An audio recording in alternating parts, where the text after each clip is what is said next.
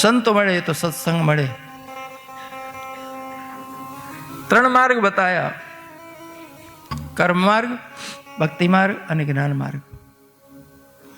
કર્મ માર્ગમાં અષ્ટાંગ યોગ તો છે, પણ અષ્ટાંગ યોગ બધા કરી શકતા નથી. એ અપવાદ માટે લાખોમાં કોઈ એક કરી શકે, કરોડોમાં કોઈ એક કરી શકે. પણ બીજો એક કર્મ ભગવાન શ્રી કૃષ્ણ ગીતામાં જે સૂચવે છે, 100 કર્મણ્ય ફેરતા સંસિદ્ધિ લભતે નર. દરેક વ્યક્તિએ પોતાનો સ્વભાવગત કર્મ, આજીવિકાનું કર્મ કરીને સંસિદ્ધિને પ્રાપ્ત થાય. પણ કઈ રીતે? સ્વકર્મણા તમભ્યર્ચ, પોતાના કર્મને પૂજાની જેમ કરવું, ભગવત સમર્પિત થઈને કરવું. યત કરોષિ યદસ્નાસि જોષદાસ્ય યત તપસ્ય કૌંતે તત્ કુરુષ્મદર્પણમ. ભાગવત અર્પણ બુદ્ધિથી ભગવાનનો છે, હું ભગવાનનો છું, ભગવત પ્રેરણા મને મળી છે, મારા કર્તવ્ય, અને હું ભગવાનના ચરણે સમર્પિત કરું છું. આ ભાવથી તમે જે આજીવિકાના કર્મ લાગ્યા છો, જે કર્તવ્યમાં લાગ્યા છો, એ કર્મ તમને પરમાત્મા સુધી લઈ જશે. એ કર્મ માર્ગ છે. કોરા કુમાર માટીના વાસણ બનાવી ભણતા ભણતા પરમાત્માને મેળવ્યા. કબીર લુગડા ભણતા ભણતા મેળવ્યા. રવિદાસ મોજડી ગૂંથતા ગૂંથતા. મીરાબાઈ એમનું સત્સંગ કરતા હતા. કબીરદાસ ભલે જન્મ્યા બનારસમાં, પણ પછી આવીને વસા મેવાડમાં, ચિત્તોડગઢમાં. અને મીરાબાઈને ખબર પડી એક સંત પુરુષ રહે છે, જીવનભર જ્યાં સુધી હાથ પગ ચાલે મોજડી જ બનાવી છે, પણ દરેક મોજડી રામ માટે બનાવતા. દરેક નૈયામાં રામ છે, કોણ આવશે એ મોજડી પહેરવા? ભગવાન માટે ફૂલહાર ગૂંથીએ, એટલા ભાવથી મોજડી ગૂંથી. એક ગ્રાહકમાં રામ ચોયા અને અંતરદીપક પ્રગટ થઈ ગયો. તો પોતાના કર્મથી દરેક વ્યક્તિ પામી શકે છે. મહાભારતમાં એક સરસ કથા આવે છે. જાજલી નામના એક સાધક વનમાં બેસીને સાધના કરે છે. ધીમે ધીમે મન શાંત થયું, એકાગ્રતા વધી, તો સંકલ્પ સિદ્ધિ આવી. એક દિવસ નાહી ધોઈને બગલા નીચે બેસીને ધ્યાનમાં જ, આમ ધ્યાન મુદ્રામાં બેઠા, ઉપરથી બગલાએ કંદુ કર્યું. આમ ઉપર જોયો બગલો, વાસ તો આવે બધું શરીરમાં, છાંટા ઉડ્યા. ગુસ્સામાં એટલું જ બોલી ગયા કે મરી જા. ઓલો બગલો ઉપરથી ટપ લઈને નીચે પડ્યો, મરી ગયો. તો મહારાજને ખબર પડી કે મારામાં વચન સિદ્ધિ આવી ગઈ. કોઈ પણ પાવર આવે, હું money power, muscle power, man power, અહમ તો આવે. આ તો સંકલ્પ પાવર હતો. એક બાર ભિક્ષા માગીને ખાતા હતા 24 કલાકમાં. જંગલમાં રહેતા, ગામડામાં ખાલી ભિક્ષા માટે જાય. બીજા દિવસે ભિક્ષા માટે ગયા, તો જે દરવાજે ઉભા રહ્યા, નારાયણ હરિ બોલ્યા. વડીલો, સાસ અને સસર, એ સાસુ સસરા બંને બીમાર હતા. બેન એમની બહુ સેવામાં લાગેલી. બાયણું અડધું ઉઘાડી અને જોઈ કે સંત દરવાજે ઉભા છે. કે મહારાજ ભિક્ષા જોઈતી હોય થોડી વાર ઉભો રહેવું પડશે, હું અશુદ્ધ અવસ્થામાં છું, મારા વડીલોની સેવા કરી રહી છું, નવડાઈ રહી છું, નવડાઈ રહું પછી ભિક્ષા મળશે. એટલી વાર ઉભા રહી શકો તો ઉભા રહો, નહીં તો હા કે ઊભો છું. હવે 2 જણને નવડાવું ધોળા એટલે વાર તો લાગે. અને નવડા ધોળે પછી એને થયું કે સંતને ભિક્ષા દેવી હોય તો મારે તો થોડું નાહી દેવું પડે હોય ને, નાહી ધોયા વગર ન દેવાય ને. વિલંબ થયો તો મહારાજ ગુસ્સામાં રાડ નાખી જોરથી, ભિક્ષામ દેવી. પેલા બહેનને થયું કે મારા તો ગુસ્સે થઈ ગયા, મોડું તો થયું છે. ફરી વાર બાયણું ઉઘાડી અને બેન બહાર મોડું કાઢીને ધીમે દાંત કાઢતા ગઈ. મહારાજ यहाँ કઈ બગલો નથી કે ટપલીને હેઠો પડી જાય, શાંતિથી ઉભા રહો. હા, દાંત કાઢતા કાઢ. અને મહારાજને તો બિલકુલ આમ મોતિયા ટાડા પડી ગયા કે બગલો તો જંગલમાં પડ્યો, તો આ બહેનને કેમ ખબર પડી? આ બહેન તો મારાથી આગળ છે. હાથ જોડીને ઉભા રહ્યા કે બેન ઉભા છું. થોડી વારમાં બેન ભિક્ષા લઈને આપી. સંત પૂછે છે કે બેન મને ક્ષમા કરો, આપને કેમ ખબર પડી બગલો પડી ગયો? બેન હશે છે કે મહારાજ મને ખબર છે તમારે સત્સંગ કરવાની ઈચ્છા થઈ છે, પણ મને બિલકુલ ટાઈમ નથી, મારી બહુ જવાબદારી છે ઘરની. તમારે સત્સંગ કરવું હોય ને, ગામમાં તુલાધાર નામનો એક વાણીઓ છે, વેસ કરિયાણાની દુકાન છે, એની પાસે જ આવે આ સત્સંગ કરજો. તો મહારાજ ભિક્ષા લઈને જમીને પછી પૂછતા પૂછતા, अब ગામમાં એક જ દુકાન, એટલી ગર્દી કે આખા દિવસ આમ ઊંચું ન જોઈ શકે બચારો. મહારાજ બપોરના ઊભા હોવા સાંજ પડી ગઈ, વાણિયાએ હામું ન જોયું. સાંજે જ્યારે ગ્રાહકો ઓછા થઈ ગયા અને પછી દુકાન બંધ કરી, ત્યારે ઓહો મહારાજ પધારો પધારો કહીને પગે લાગે. મહારાજ કે હું તો બપોરનો ઊભો છું, તમે તો સામે જોતા નથી. અને ક્ષમા માંગી કે આપને કષ્ટ પડ્યો, માફ કરો, હું શું કરું. એટલા બધા ગ્રાહક હતા કે હું આપની તરફ મારી નજર કહી નહીં. આવો પધારો, આસન આપ્યું. આપ ભોજન જમો કે નહીં? હું તો એક જ વાર જમી લીધું. શેઠ પૂછે છે, સત્સંગ કરવાયા છો? પેલા બેને મોકલે છે ને. મહારાજે માથું ખંજવાળ્યું. પેલી બહેનને ભગલાની ખબર પડી ગઈ, આ માણિયાને પેલી બહેનની ખબર પડી ગઈ, એને મોકલ્યા સત્સંગ કરવું છે. મહારાજ પૂછે છે કે તમને પાણી પીવાનો ટાઈમ નથી ને ઊંચું જોવાનો ટાઈમ નથી, તમે સાધના ક્યારે કરો છો? ચોક્કસ મારાથી આગળ છો તમે, પેલા બહેને આગળ છો તમે સાધના ક્યારે કરો છો? એ તુલાધાર બેસ કહે છે, મહારાજ આ દુકાન જ મારું ઠાકોર મંદિર છે, આ કાટલા છે ને એ મારા સારીગ્રામ છે, અમારા ગ્રાહક છે ને એ મારું ભગવાન છે. હું તાજવાની દાંડી એકદમ સીધી રાખું, કાંટો એકદમ સીધો રાખું છું, કદી નમવા દીધું નથી.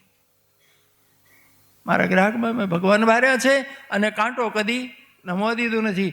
એ તાજવાનો કાંટો સીધો રાખતા રાખતા અંદરનો કાંટો સીધો થઈ ગયો, સામે જોઈએ ને ખબર પડી જાય છે. તાજવાનો કાંટો સીધો રાખતા રાખતા મારા અંતરનો કાંટો સીધો થઈ ગયો. બસ આજ મારી સાધના. પણ કેવી સરસ વાત કરી. આ દુકાન મારો ઠાકોર મંદિર છે, ગ્રાહક મારો ભગવાન છે. આ તાજવાનો કાંટો બસ સીધો રાખ્યો. કોઈ દી નમતું જોખ્યું, કોઈ દી મેં ભેદભાવ કર્યો નથી, કોઈને મેં નીતિમત્તા ગુમાવી નથી. બસ આ મારું મંદિર છે, હું સેવા જ કરું છું. આ કર્મયોગ. પૂજાની જેમ જ્યારે માણસ પોતાનું કર્મ કરે છે, ભગવત સમર્પિત ભાવથી, તેના તુજકો અર્પણ, બસ અંતરમાં દીવો પ્રગટી જાય છે. ભક્તિ યોગ 9 પ્રકારની ભક્તિ બતાવી. શ્રવણમ, કીર્તનમ, સ્મરણમ, પાદ સેવનમ, અર્ચનમ, વંદનમ, દાસમ, સખ્યમ, આત્મનિવેદનમ. આ પરીક્ષિત શ્રવણ ભક્તિ એક જ કરી છે અને 7મા દિવસે ભગવાન મળ્યા છે. અત્યારે આપણે શ્રવણ ભક્તિ કરી રહ્યા છીએ ને, આ એક સાધના છે. નવેનો કરવાની જરૂર પડતી નથી. એ કઈ સાધે સબ સધે અને સબ સાધે સબ જાય. કીર્તનમ મીરાબાઈ, મેરે તો ગિરધર ગોપાલ, નરસિંહ મહેતા, ચૈતન્ય મહાપ્રભુ, અમુક અમુક સંતો કીર્તન આખી જિંદગી કીર્તન કરે છે અને પરાકાષ્ઠાએ પહોંચ્યા છે. તો ઘણા લોકો કે મજીરે ખખડાવતી શું થતું હશે? અરે તું ખખડાવી તો જો પહેલા. કદી ખખડાવ્યું નથી ને કે મજીરે ખખડાવતી શું થતું હશે? સંગીતથી વ્યક્તિઓ સમાધિ સુધી પહોંચ્યા છે. સંગીત પણ એક સાધના છે, એ પણ જો ભગવત અર્પિત હોય તો. સંગીત મહાદેવજીએ પ્રગટ કર્યું છે.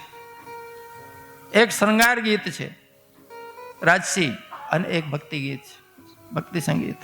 ભક્તિ સંગીતના આચાર્ય નારદજી છે અને શૃંગાર સંગીતના આચાર્ય તુંબરુ ગંધર્વ છે. આ બંને જણ આખી દુનિયામાં પ્રસરાવે છે.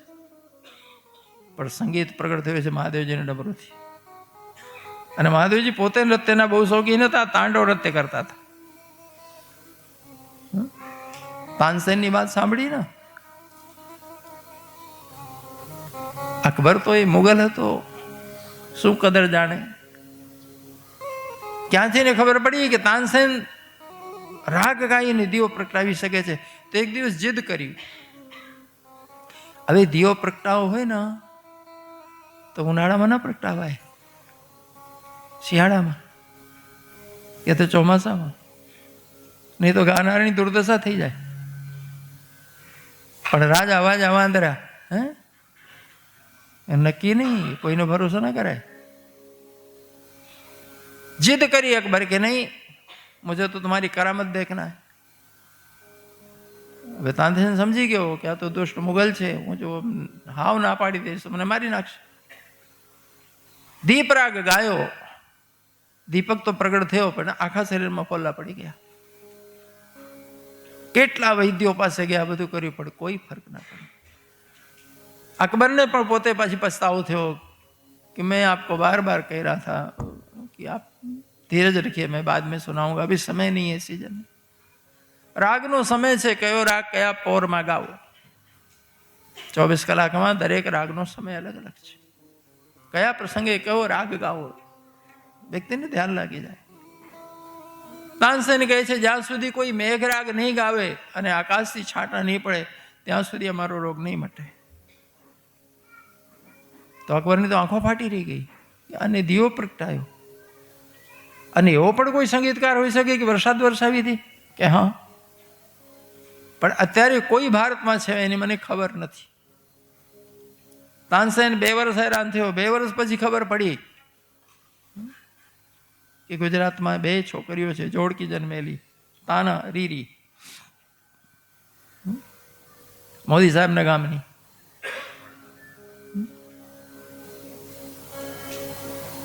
તાનસેન ત્યાં પહોંચ્યો. તાનસેનને જોતાની સાથે પેલી બંને દીકરીઓ સાધક હતી. બંને એ પિતા પણ એનો ઉચ્ચ કોટીનો સાધક હતો, બાપે જ શીખવાડેલું. ઓહો, સમજી ગઈ કે તાનસેનને શું તકલીફ છે. બંને દીકરીઓ પોતાની ભેળા લઈને બેસી અને જે રાગ આલાપ્યો, વરસાદ પડ્યો. બીજા દિવસે તાનસેન હસીને બધા ફુલ્લાઓ આંખોમાં બેસી ગઈ. અને तानसेन जયારે પહોંચ્યો દિલ્હી તો અકબર પૂછે છે કે तानसेन तुम ठीक हो गए, कैसे हुए, कहाँ हुए. तानसेने વાત કરી કે 2 દીકરીઓ છે ગુજરાતમાં. अबे देखो आ दुष्ट, अरे तो राक्षस. तानसेन तुम कहो उतनी सोनो मोहरे दूंगा, उन दोनों लड़कियों को बुलाओ, मुझे राग सुनना. तानसेन कहे छे कि हूँ क्षमा करो, हूँ माफी मांगू છું, આપને પગે લાગુ છું, આ વાત છોડી દો. બ્રાહ્મણની કન્યાઓ છે, બહુ મર્યાદા હોય, બહુ શીળ હોય, અમારામાં બહુ નિયમ હોય, એ નહીં આવી શકે. અરે આપ કહો કે વજન કે બરાબર સોના દે દૂંગા, રાખો તમારું સોનું. આબરૂથી સામનું સોનું મોટું નથી હોતું. ન માન્યો દુષ્ટ. સમાચાર મોકલ્યો એના બાપને કે બંને પુત્રીઓ લઈને આવો દરબારમાં, અમારે રાગ સાંભળવું છે. હવે બધાને ખબર હતી કે કોઈ સુંદર દીકરીઓ જોવે તો આ તો દુષ્ટો. બાપ ધુસકે ધુસકે રડે, શું કરું, હું નહીં લઈ જાઉં તો અહીં આવશે, એના માણસો આવશે, કેદ કરીને લઈ જશે, મારી દીકરીઓની આબરૂ શું થશે. દીકરીઓને ખબર પડી કે સમસ્યા બેગડ છે. બંને દીકરીઓ કૂવામાં કૂદીને આત્મહત્યા કરી. આજ સુધી એ દીકરીઓના એ યાદમાં તાના રીરી પ્રોગ્રામ હજી પણ થાય છે.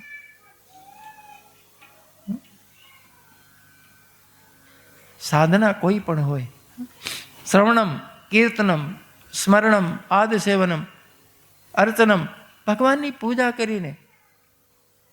પૂજામાં ધરતીમાં શ્રીમદ બલ્લભાચાર્યથી આગળ કોઈ ન હોય. પૂજા તો એમને કરી જાણી, 8 પહોરની 8 પ્રકારની પૂજા. લોકોને થાય આખાથી પૂજા જ. અરે ભાઈ સાધક છે, એમને એક જ લક્ષ્ય છે, પ્રભુને પામો. 8 વખત વાઘા બદલાઈ જાય, 8 વખત પદ જુદા ગાવાના, 8 વખત નૈવેદ્ય જુદું હોય, 8 વખત નૈવેદ્ય જુદું હોય. અને 7 દિવસ હોય અઠવાડિયાના. 8 ગુણ્યા 7 કેટલા થયા? 56. એક સાથે 56 આઈટમ ધરાવે દે કે આજે 56 ભોગના મનોરથ કર્યા. એ ઠાકોરજીની સેવા જે વૈષ્ણવમાં, જે પુષ્ટિ સંપ્રદાયમાં છે, દુનિયામાં નહીં હોય. ભાવ તમે જોજો, એ ભાવ ધરતીમાં ક્યાંય નહીં મળે. એ સાક્ષાત ઠાકોરજી આચાર્યજીને ભેટતા હતા, હૃદય લગાડતા હતા. પૂજામાં એકનાથજી મહારાજ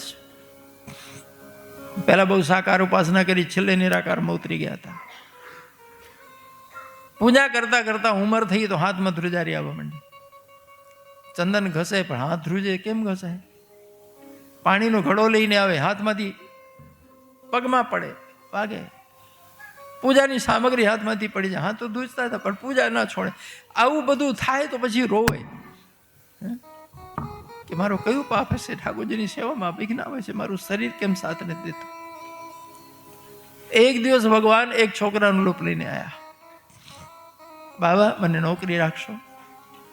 એકનાથજી કે બેટા મારા ઘરમાં કોઈ કામ ધંધો નથી, શામાં રાખો? તો કે ઘરના કામમાં રાખો. ઘરનું કોઈ ખાસ કામ નથી, મેં 2 જણ છીએ, અમારું થઈ જાય, હું તો ઠાકોરજીની સેવા પૂજા કરું બેટા, તને શામાં રાખો? તો કે ઠાકોરજીની પૂજામાં મને મદદમાં રાખો, હું આપની મદદ કરીશ. કે બેટા ઠાકોરજીમાં તને પ્રેમ છે, ભક્તિ છે તો મદદ થાય, બાકી ન થાય. હા મને બહુ પ્રેમ છે ભગવાન. એમ તો ઠીક, તું આવે પણ બેટા પગાર આપો ને, મારી પાસે પૈસા નથી, તને શું આપો? કે બાબા મને ખાલી રોટલો આપશો ને જમવાનું તો હું કામ કરીશ, પગાર નથી જોઈતો. તો એકનાથજીને થયું કે એટલો બધો ગરીબ છે બચારો, ખાવાનો છે? કે બેટા બહુ ગરીબ છે, તને ખાવાની નથી? હા બાબા બહુ ગરીબ છું. એકનાથજીને એકદમ દયા આવી કે છોકરો કેટલો રૂપકડો છે નાનો, ખાવાની સમસ્યા. અરે બેટા ઠાકોરજી આપે છે, આપણે 3 જણ સાથે આવ, તું અહીંયા જ રહેજે મારી પાસે, બસ. અને ભગવાન આવી ગયા. એકનાથ પૂછે છે બેટા નામ શું? કે શિખંડીઓ. આખા દિવસે એકનાથજી એમને શિખંડીઓ શિખંડીઓ કહીને બૂમ પાડે. છોકરો થાકે જ નહીં હો. આમ થાય છોકરાઓમાં થાક ન હોય, બેટરી ફૂલ હોય ને. અને આ તો પોતે ભગવાન. એકનાથજી એટલા બધા મને લાડ કરે, એટલો ગમે છોકરો, કેટલો ડાયો છોકરો છે, કેટલો સુંદર છે. એ આવ્યો ને ઠાકોરજીની સેવા એવી મસ્ત થાય. કારણ કે ભગવાને ચંદન ઘસે, ભગવાન પાણી લાવે, કચરું પોતું કરે, બધા વાસણ ધોઈ નાખે, બધું જ તૈયાર કરે. બેઠા બેઠા એકનાથજી સરસ પૂજા કરે, શણગાર કરે, થાળ ધરે. એટલો આનંદ થયો. શિખંડીઓ તું આવ્યો અને મારા ઠાકોરજીની સેવા બહુ મસ્ત. પણ એક દિવસ ગડબડ થઈ. શણગાર કરીને મુકુટ ચડાવતા હતા, હાથ ધ્રુજતું હતું ને મુકુટ હેઠું પડ્યું, પાછું પાણીને ચડાવ્યું, પાછું પડ્યું. 8 વખત મુકુટ ચડાવ્યું ને 8 વખત મુકુટ હેઠું પડ્યું. એકનાથજી રોયા બેઠા બેઠા કે શું ભૂલ થઈ ગઈ, કેમ આજે મુકુટ નથી સ્વીકારતા, મારો કોઈ અપરાધ થયો છે? આમ કહીને રોયા. શિખંડીઓ હસે ઉભો બધું. શિખંડીઓ ભગવાનની પાછળ આવી, મૂર્તિની પાછળ ઉભો બેસીને ધીમે રહીને મુકુટ ગોઠવી દીધી. એકનાથજી આમ કરીને જોવે છે, શિખંડિયાનું મોઢું ઠાકોરજીનું મોઢું એક સરખું. ઘડીકમાં આમ જોયે, આ શિખંડીઓ, આ શિખંડીઓ, આ ઠાકોરજી કે આ ઠાકોર. ઓળખાતા જ નથી કે ઠાકોરજી કયા શિખંડીઓ કયો. અને ભગવાન હસ્યા. અને એકનાથજીનો અચાનક દીવો પ્રગટ થયો અંદર, અને ખૂબ રોયા. ગોવિંદ આપ એવું કર્યું, આપ નોકર બનીને આવ્યા. ભગવાન હસે છે કે હાથ પગ ધ્રુજે તો એ મૂકતા નથી, તો પછી મારું કરવા મારે જવું પડે ને. મેં ક્યાં તમારું કર્યું છે, પારવું કર્યું છે, મારું જ કરતો હતો ને. એકનાથજી કહે છે બસ પ્રભુ આજે પૂજાની પૂર્ણાવતી. બસ તે દિવસથી ધ્યાનમાં ઉતર્યા. પૂજા સફળ થઈ, છોડી દીધી નહીં હો, સિદ્ધ થઈ. અર્ચનમ વંદનમ દાસ્યમ સખ્યમ, કોઈ પણ એક ભાવ, આત્મનિવેદન, બધું જ પ્રભુનું. કોઈ પણ એક નવમાંથી એ બેડો પાર કરી દે છે. ત્રીજો છે જ્ઞાન માર્ગ. તો જ્ઞાનમાં શું ઉપાસના કરવાની, શું સાધના કરવાની? ભગવાનની કબીલ કે છે ભૈયા જ્ઞાનમાં નિત્ય સત્સંગ તૈલ ધારાવત. તેલની ધાર તૂટે નહીં હો, એમ ધારા ના તૂટે. રોજ સત્સંગ, રોજ સત્સંગ. પણ સત્સંગ સાંભળીને ભૂલી જઈએ નહીં, ચિંતન મનન નિધિધ્યાસન પૂર્વક. જો સતત સત્સંગની ધારા ચાલે તો એક દિવસ આત્માને શરીર બંને જુદા દેખાય છે. જેમ ખડખડીયો નારિયેળ હોય ને, ગોળો જુદો અને કાચલી જુદી, એમ તમે શરીર અને આત્મા જુદા જોશો.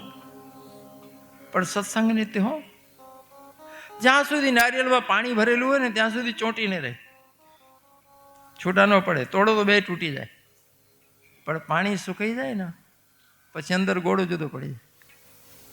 આપણામાં વિષય રસ જ્યાં સુધી છે ને ત્યાં સુધી આ ચોટી રહેશે હો, છૂટું નહીં પડે. આપણી વિષય વાસનાનો રસ જે દી સુકાઈ જશે તે આપણું નારિયેળ છૂટું પડી જશે.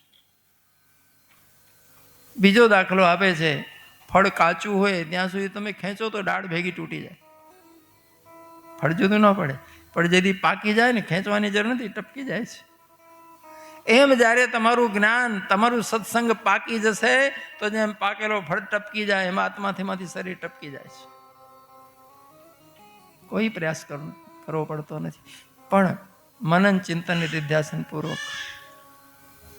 અમે તો સાંભળીએ, પુઢવા થઈને જતા જતા લુગડા ખંખેરી નાખી, એટલે સમજ્યા ને, બધું હોય ને અહીં નહીં. એક માણિયાની વાત યાદ આવી. 30 વર્ષથી સત્સંગ કરતો હતો શેઠ. સવારમાં રોજ મંદિરમાં સત્સંગ થાય ને રોજ સવારમાં ઉપડે. પૌત્ર મોટો થઈ ગયો, દુકાનમાં બેસતો થઈ ગયો. એક દિવસ પૌત્ર પૂછે છે કે દાદાજી, સવારમાં તમે રોજ દોડો છો સત્સંગ માટે, હું સત્સંગમાં ત્યાં કરો છો શું? સત્સંગ એટલે હું? તમે ક્યાં જાઓ છો? તમે વર્ષોથી જાઓ છો. તો દાદાએ વખાણ કર્યા કે બેટા, સત્સંગમાં બહુ જ્ઞાન મળે છે, બહુ જાણવા મળે. સત્સંગ ના કર્યું ને કંઈ ન કર્યું. તો છોકરો કહે છે, તમે એકલા એકલા કે આજ સુધી કોઈને કીધું નહીં, અમને કોઈ દી ન કીધું, તો અમને કેમ ન લઈ ગયા જ્ઞાન મળતું હોય? તો કે હાલ બેટા, આજે તું હાલ. પહેલી વાર એ પૌત્રને લઈ ગયા. અને તે દિવસ મહારાજે ગાય માતાની મહિમા જે વર્ણન કરી, ગાયના કારણે ભગવાનનું નામ ગોપાલ ને ગોવિંદ, અને ભગવાનનું ધામ ગોલોક. ગાઓ મેં પરતે સંતુ ગવામ બંધે બસામ્ય હમ.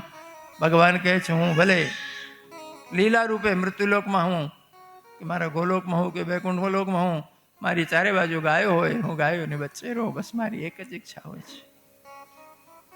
ઉઘાડા પગે ગાયોની પાછળ દોડ્યા છે શ્રી કૃષ્ણ, અને ગાયને માં કહીને બોલાયા. છોકરાએ સાંભળ્યું તો ગદગદ થઈ ગયો કે અમે ગાયને લાકડી મારીને ભગાડીએ છીએ. અજ્ઞાની, આંધળા, બેહરખા. અરે રે, અમને ખબર નથી, આજે ખબર પડી ગાય માતા કોણ છે. કથા સાંભળીને બહાર નીકળ્યા તો વડીલ કહે છે, 2-4 ઉઘરાણી બાકી છે બેટા, હું ઉઘરાણીમાં જાઉં, તું દુકાન ખોલ. કે હા તમે જાઓ. છોકરાએ દુકાન સાફસૂફ કરી, દીવો કર્યો ને પછી ગોઠવ્યું બધું. ઘઉં, ચોખા, દાળ ને કઠોળ ને કોથરા બધા ખોલીને મૂક્યા. એટલામાં એક ગાય આવી ગઈ ફરતી ફરતી. ઘઉંના કોથરામાં મોડું નાખીને ગાય ખાવાનું શરૂ કર્યું. આજે ગૌમાતાની મહિમા સાંભળીને આવ્યો હતો ને છોકરો, એટલો રાજી રાજી થઈ ગયો, પગે લાગ્યો ગાયને, હા જોડ્યું, ગૌમાતા ક્ષમા કરજો, આજ સુધી બહુ ભૂલ કરી, પ્રેમથી આરોગો. હા, ધન્ય ગળી, ધન્યવાદ. એને ખૂબ આનંદ થયો. ગાય ખાય ને જોયું. એટલામાં ડોહો આવ્યો, હો, જોતાની સાથે ડોળા ફાટ્યા. હું જો છો બહુ ગાય દોડ્યો, લાકડી લઈને ડોહાય એક લાકડી મારીને ગાયને બગાડી. અને છોકરાને ગુસ્સો થયો કે શું ખોખ કથા સાંભળો છો, 30 વર્ષથી હડિયાપટ્ટી કરો છો, તે તમે ગાયની લાકડી કેમ મારી? શું મંદિરમાં નતું સાંભળ્યું તમે ગાય માતા તમે લાકડી મારી? ડોહો કે ઓહો, હું 30 વર્ષથી સાંભળું છું, કથા કોઈ દી ઘરે ન લાવ્યો. મારો બેટો પહેલી વાર સાંભળ્યો ને આખી કથા લઈને આવી ગયો. કથા સાંભળવાની ઘરે નહીં લાવવાની. તો કે ઘરે હું લાવવાનો? તો કે પ્રસાદી.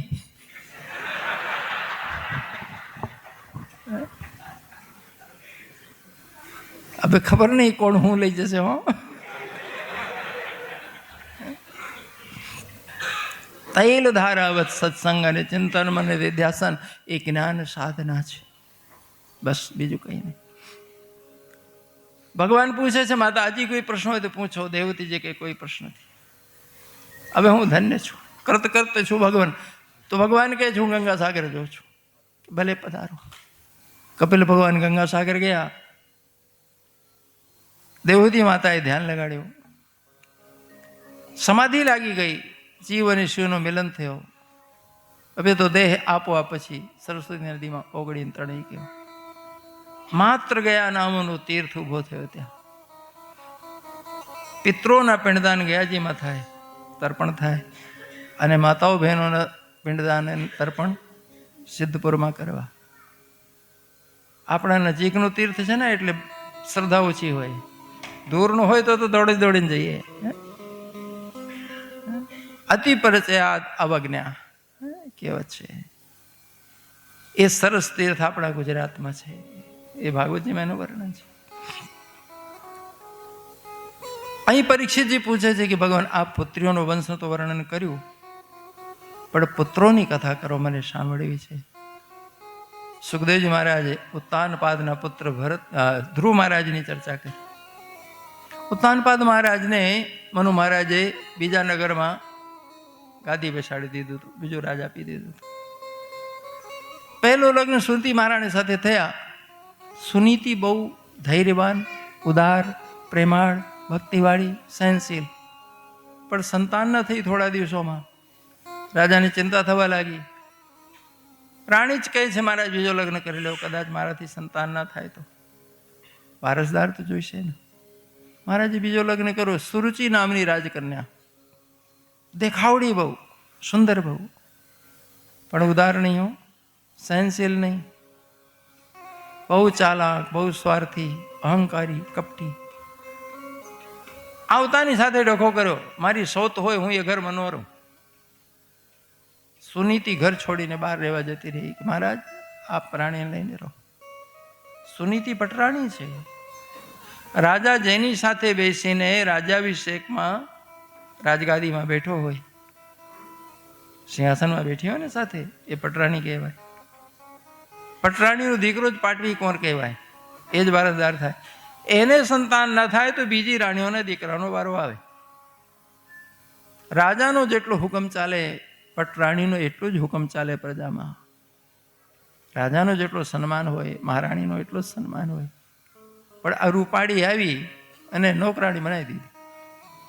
પણ એ કાંઈ એનો વાંધો ના આવ્યો ને કઈ ફરિયાદ જ ન કરી.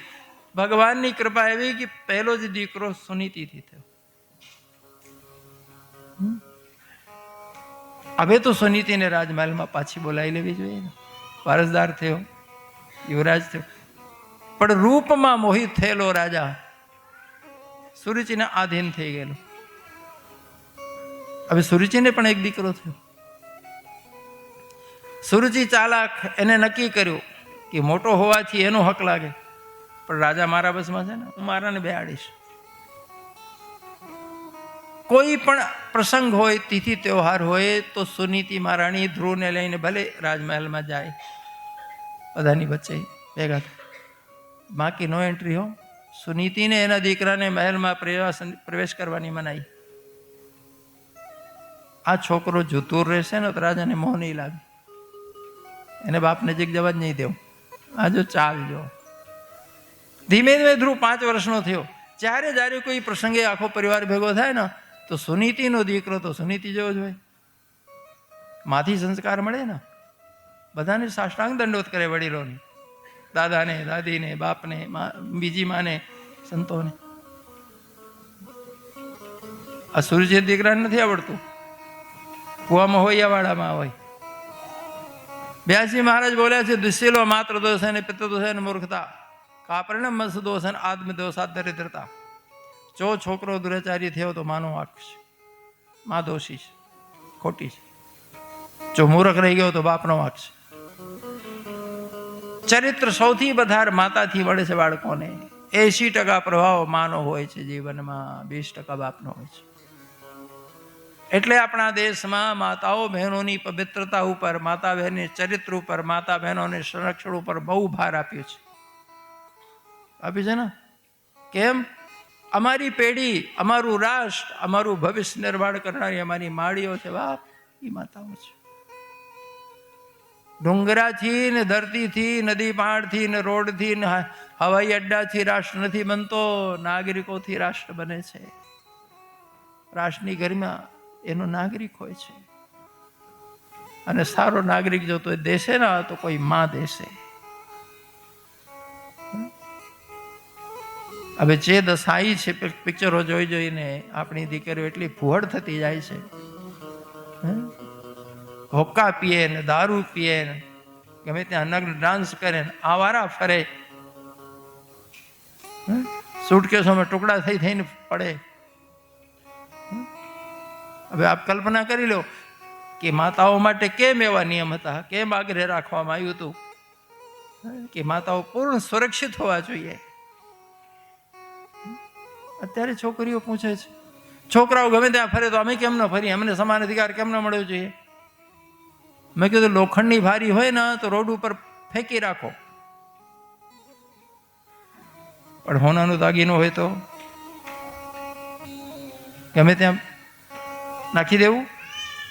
તિજોરીમાં કોણ રાખશે? કોણ શું રાખશો તિજોરીમાં? લોખંડની ભારી. જાણી જોઈને તમારે લોખંડની ભારી થવું છે?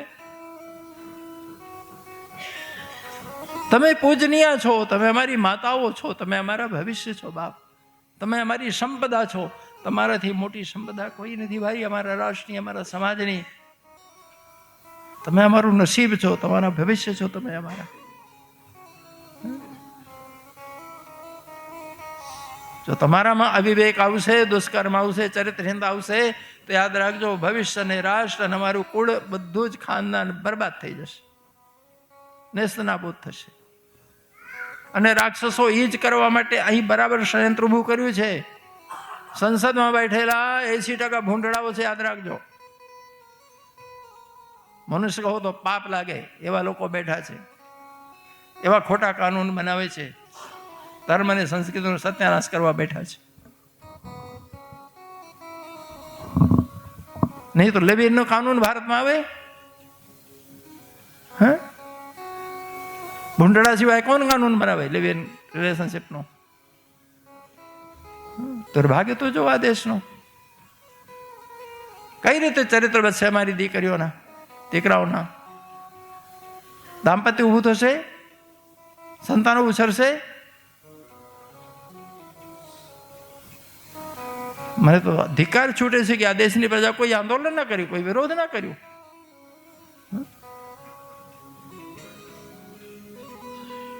ભૂંડને તો ગંદકી જ જોઈએ છે, પણ બીજા લોકોને થોડું ભાન થવું જોઈએ કે નહીં?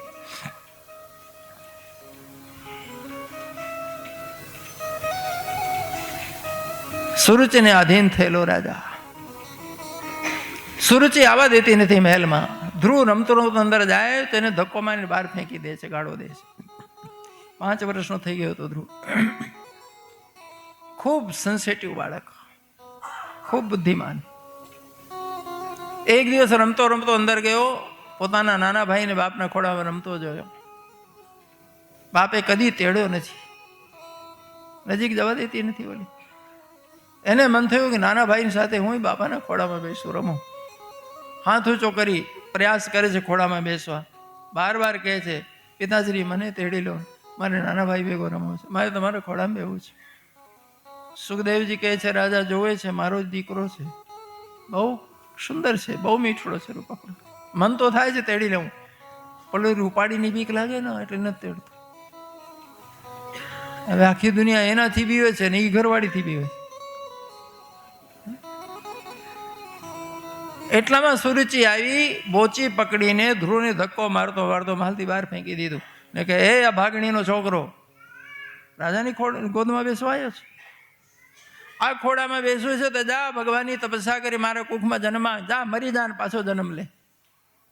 ધ્રુવને તો હેલ ફેલ બોલી, એની માતાને હેલ ફેલ બોલી. ધ્રુવ ધુસકે રડતો રડતો પાછો આવ્યો. માં પૂછે છે શું થયું? બોલતો નતો. દાસીએ વાત કર્યું કે આમ થયું. તો પૂછે છે સુનીતિ મહારાણી કે એના બાપ કઈ ના બોલ્યા? કે ના. તો જો સગો બાપ ન્યાય નો આપે તો હવે કોની પાસે જવાય? સુનીતિ સમજી ગઈ કે રાજગાદીનો ખેલ શરૂ થઈ ગયો. અમે મારો દીકરો સુરક્ષિત નથી. 5 વર્ષનો છે તો અત્યારે રોઈ લે છે, પણ જુવાનીમાં આવશે તો ક્ષત્રિયનું લોહી છે, આ તલવાર ઉપાડી લેશે. સૂર્યને મરાઈને ખાવશે. મારા છોકરાનું ભવિષ્ય નથી, સુરક્ષિત નથી. સુનીતિ પહેલા રડે છે, પણ દીકરાને સમજાવતા કહે છે, બેટા સુખ છે દુઃખ છે કો પિદાતા પરો દદાતી કુબુદ્ધિ રહેશે. સુખ દુઃખ કોઈ દેતું નથી બેટા, આ સ્વકર્મ સૂત્ર ગ્રથઈ લોકઈ આ બધા હો ન કરેલા કર્મ ભોગો આવે છે. બેટા પૂર્વજન્મમાં તે પણ કંઈક બગાડ્યો છે, મેં કંઈક બગાડ્યો છે. આ સિંહાસનમાં મહારાણી થઈને બેસતી હતી, આજે નોકરાણી થઈ ગઈ. તું સામ્રાજ્યનો પાટબી કુંવર છે, તારો બાપ તને ન્યાય નથી આપતો. અમારા કર્મ ખરાબ છે, કોઈનો દોષ નથી બેટા. આ બાપ તને નહીં તેડે, જા ભગવાનના ખોળામાં બેસે, ભગવાનની ભક્તિ કરજે. સુનીતિને ખબર પડી ગઈ કે આને ભક્તિ તરફ બાળું તો જીવન ધન્ય થાય અને જીવન સુરક્ષિત રહે. અહીં રહે છે તો સુરક્ષિત નહીં રહે.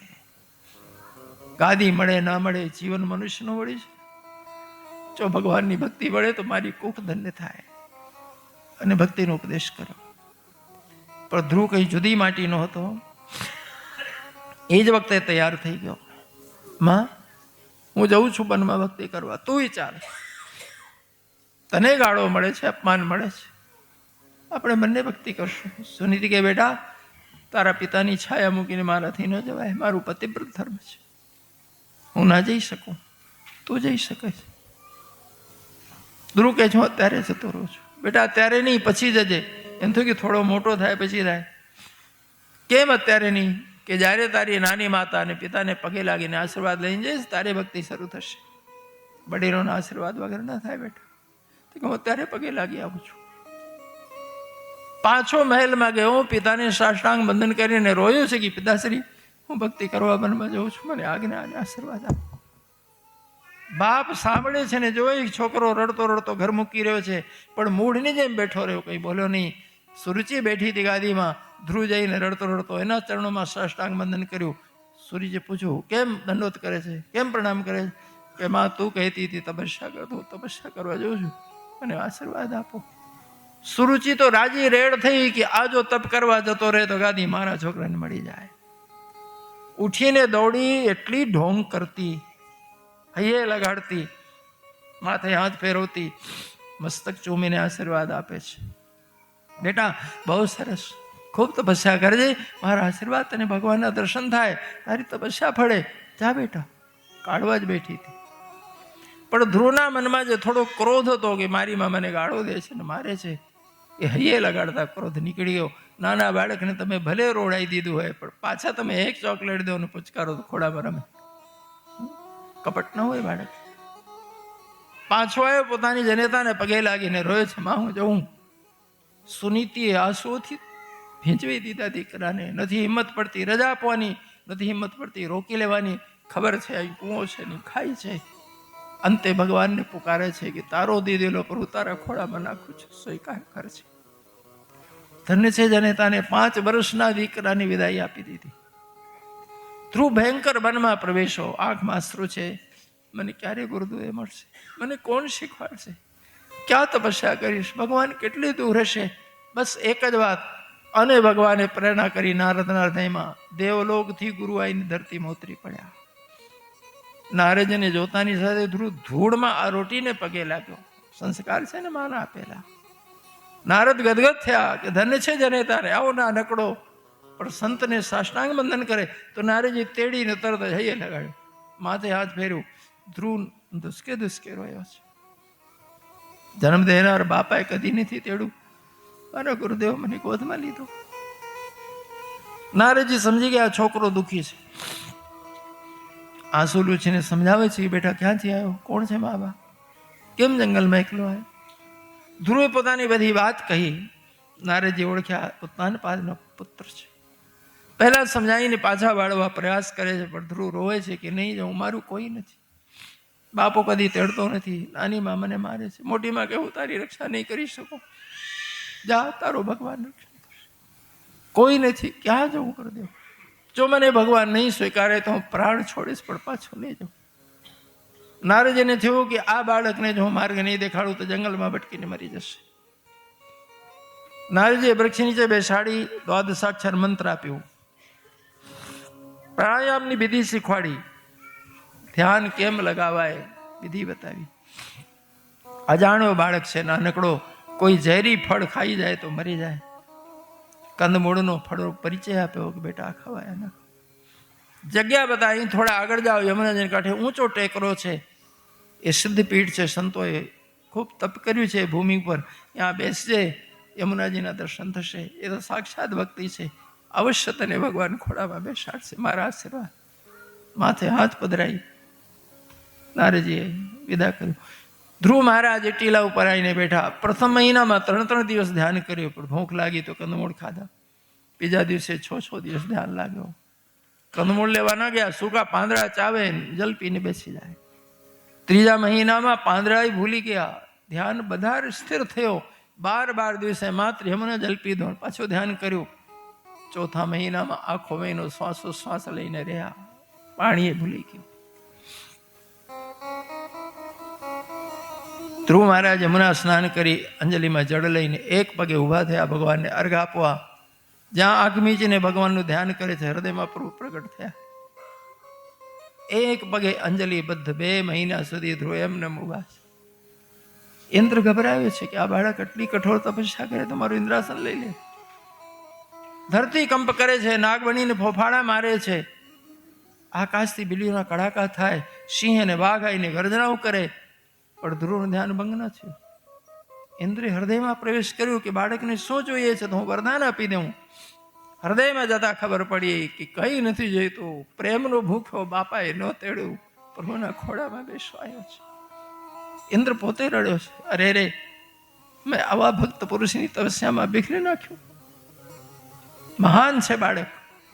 ઇન્દ્ર પોતે દોટ મૂકીને દોડ્યો ક્ષીરસાગર તરફ કે હું ભગવાનને તેડીને લાવીશ. પણ ભગવાન તો અધવચ્ચે રસ્તામાં મળ્યા.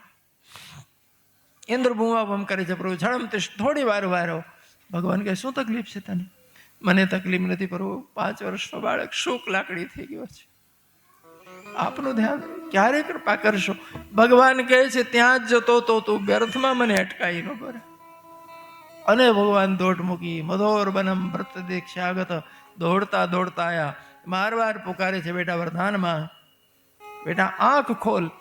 ધ્યાન નતું તૂટતું, ભગવાન હૃદયમાંથી અદૃશ્ય થયા. વ્યાકુળતા બધીને આંખ ઉઘાડી તો સામે દેખાણા. ધ્રુવ એકદમ લડખડાતા પગે પડ્યા અને ભગવાનને તેડી લીધો. અહીંયા લગાડ્યું, હાથે હાથ ફેરે છે. ધ્રુવ મહારાજ પ્રેમાસ્ત્રોથી રડે છે અને ભગવાનનું મુખારબિંદ જોવે પણ બોલી શકે નહીં. ભગવાને શંખનો સ્પર્શ કરાયો અને ધ્રુવે સરસ સ્તુતિ કરી છે. પણ ધ્રુવે કોઈ ફરિયાદ નથી કરી, કોઈ માંગણી નથી કરી. માત્ર પ્રભુની લીલા ગુણગાન અને વંદન કરે છે. યોંત પરવેશમો આજ બીજા મેવા પ્રસુતામ સંજીવતે ખલ શક્તિ ધરે સુધામના અન્યાસ હસ્તચરણ શ્રવણત્વગાદીન પ્રાણા નમો ભગવતે પુરુષાય તુભ્યમ. એકસ્તુમેવ ભગવન મદમાત્મસક્તા માયાખરો ગુણ્યા મહેદાદેશેષમ સૃષ્ટાનિવેશ પુરુષ તત્સદગુણેશુ નાનેવ દારુષ મદવિભાષ. ભગવાન આપ તો સર્વત્ર છો, મને ખબર નથી કે આપ તો મારા હૈયામાં પણ બિરાજો છો. આપે મારા અંતરમાં પ્રવેશ કરી મારા પ્રાણોને જગાડ્યા, મારી વાણીને જગાડ્યા. આપના ચરણોમાં પ્રણામ કરું છું. દરેક કાષ્ટમાં અગ્નિ છે પણ જ્યાં સુધી ઘર્ષણ ન થાય અગ્નિ પ્રગટ થતી નથી. આપ સર્વત્ર બિરાજો છો પણ જ્યાં સુધી ભક્તિ નથી ત્યાં સુધી આપના દર્શન. ધ્રુવ સ્તુતિ કરે છે, માંગતો નથી. ભગવાન માંગ્યા વગર આપે છે. બેટા તારા પિતાની ગાદીમાં 36,000 વર્ષ સુધી તું રાજ સત્તા ભોગવીશ. લોકોને મર્યા પછી સ્વર્ગના સુખો મળે છે, તને અનાયાસ બધા ધરતીમાં પ્રાપ્ત થશે. આજ સુધી મેં કોઈને નથી આપ્યું. ધ્રુવલોક તને આપું છું. ધરતીનો અનેક બાર પ્રળય થશે, ધ્રુવલોકને આંચ નહીં આવે બેટા. નિત્ય તને મારા દર્શન થશે ધ્રુવલોકથી. આમ કહીને ભગવાન અદૃશ્ય થયા. દ્વારિકા ધ્રુવને થયું કે મેં કંઈ માંગ્યું નહોતું તો ભગવાન શા માટે આ રાજપાટ આપે? હવે જ્ઞાન થયું, શંખ સ્પર્શ થયો ને કે જે રાજકારણમાં ગાદીમાં આટલા બધા છળકપટ, આટલા બધા યુદ્ધો હોય, મારે શું કરવું હતું? પણ તરત જ વિચાર બદલાયા કે પ્રભુએ સામેથી આપ્યું તો પ્રસાદ છે. હવે જો ફરિયાદ કરું તો મારી ભક્તિ કલંકિત થાય. નહીં પ્રભુ, કદી ફરિયાદ નહીં કરું ને કદી નહીં માંગું. હવે તો આપ જ્યાં રાખશો ત્યાં, નરકમાં રાખશો તો મારા માટે સ્વર્ગ છે. ભક્ત ફરિયાદ ન કરે, માંગણી ન કરે. ધ્રુવ મહારાજ પાછા આવ્યા. રાજાને ખબર પડી કે ધ્રુવ પાછો આવે છે. બેન્ડ બાજા, લાવ લશ્કર, હાથી ઉપર સોનાની અંબાડી ગોઠવીને તેડવા નીકળ્યો. જો ભગવાન પોતાના થયા તો આખી દુનિયા પોતાની થઈ ગઈ. એક દિવસ રાજા આંસુ નતો લૂછતો. આજે હોનાના હોદા ઉપર બેહાડી નગરમાં બરઘોડો કાઢી હામયું કરીને લાવ્યો મહેલ. એટલું જ નહીં, હાથી ઉપરથી ઉતારી ધ્રુવને ગાદી બેસાડી રાજ તિલક કરે છે. ધ્રુવ ના પાડે છે કે પિતાશ્રી રહેવા દેવા, મારે નથી જોઈતું, હું તો બહુ નાનો છું, મને શા માટે? તો કે બેટા તું નાનો નથી, હું નાનો છું. તું 5 વર્ષ જઈને ભગવાનના ખોડામાં બેસીને આવ્યો, હું 65 વર્ષનો થયો, તારી મમ્મીથી હજી ડરું છું. ધિક્કાર છે મને. અને ખરેખર ઉત્તાનપાદ તે દિવસ ધ્રુવને ગાદી સોંપીને જંગલમાં જતા રહ્યા ભક્તિ કરવા. મેં આવા દીકરાને ઓળખ્યા નહીં. આની સાથે અન્યાય થતો હતો હું જોતો હતો. એ ધ્રુવ મહારાજ 36,000 રાજસુખ ભોગ્યા પછી બદ્રીનાથ ગયા. ફરીથી ધ્યાનમાં લાગ્યા, પણ દેવતાઓ વિમાન લઈને આવી ગયા. ગંગા સ્નાન કર્યું, વિમાનનું પૂજન કર્યું, સંતોની આજ્ઞામાં વિમાનમાં બેસવા ગયા તો મૃત્યુ દેવતા પ્રગટ થયા. પ્રભુ મારું સ્વીકાર કરો, ભગવત ભક્ત અને જ્ઞાની સામે મારું કંઈ હાલતું નથી, પણ મૃત્યુલોક મારા નામે છે, હું જ બધાને વિદાય આપું છું, મને સ્વીકારશો તો મારી મર્યાદા રહેશે. મૃત્યુ દેવતા માથું નમાવીને વિમાન પાસે બેઠા હતા.